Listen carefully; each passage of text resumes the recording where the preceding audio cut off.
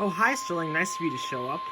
The National Weather Service in Sterling, Virginia has issued a severe thunderstorm warning for northeastern Harford County in northern Maryland until 9:15 p.m.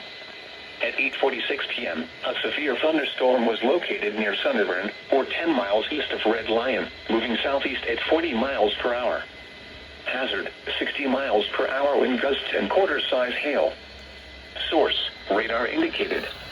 I'll let you say Damaging winds will cause some trees and large branches to fall.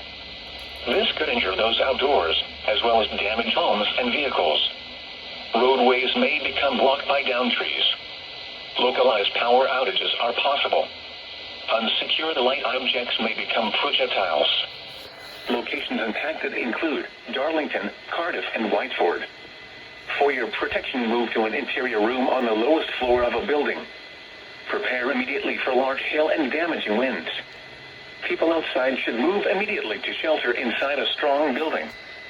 Stay away from windows. Sterling, you forgot your marine warnings again. The National Weather Service in State College, I'll let you Pennsylvania, has finish. issued a severe